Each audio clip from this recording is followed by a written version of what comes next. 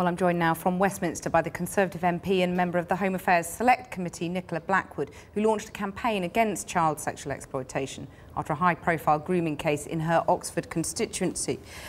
Nicola, when you hear in that report by Jackie that Celia, the mum there, called police sometimes 4 or 5 times a night, clearly something is going very badly wrong, isn't it?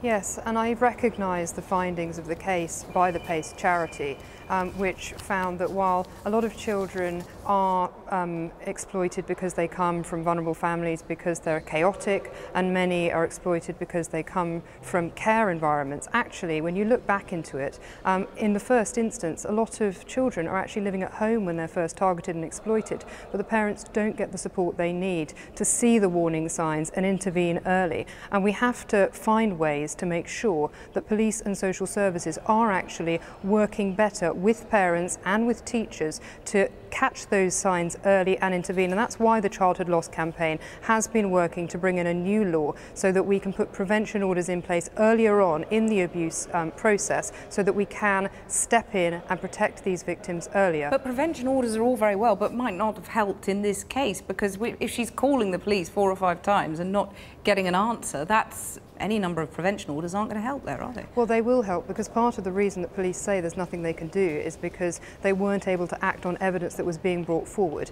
And the other side of it is that they're seeing that the evidence is not reliable coming from parents and from victims. I think that we've now overcome a lot of the credibility challenges that we had with parents and with victims, but we do need the law in place so that police and social services are able to act when they get that evidence. And you're confident of getting that law through? It's now in the House of Lords.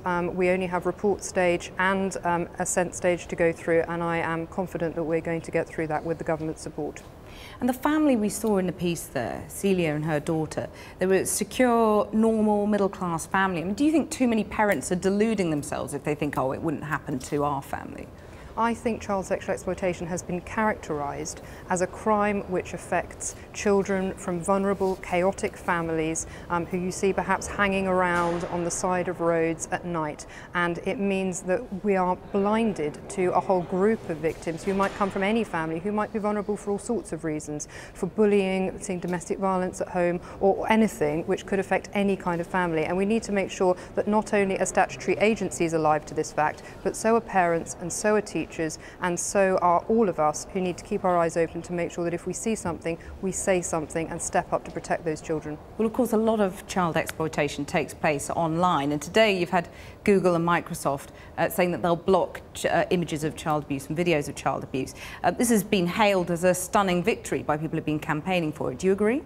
Well, I absolutely think it's a huge step forward. A lot of exploitation, a lot of child abuse starts with a first contact online, and many parents have felt that not enough is being done by search engines, by social media sites, and so I'm very pleased that this step has been taken, but it is a first step because there are a lot of areas, the dark web for example, which still need to be tackled, and I'm looking forward to seeing more examples going forward. Nicola Blackwood, thank you very much for joining us.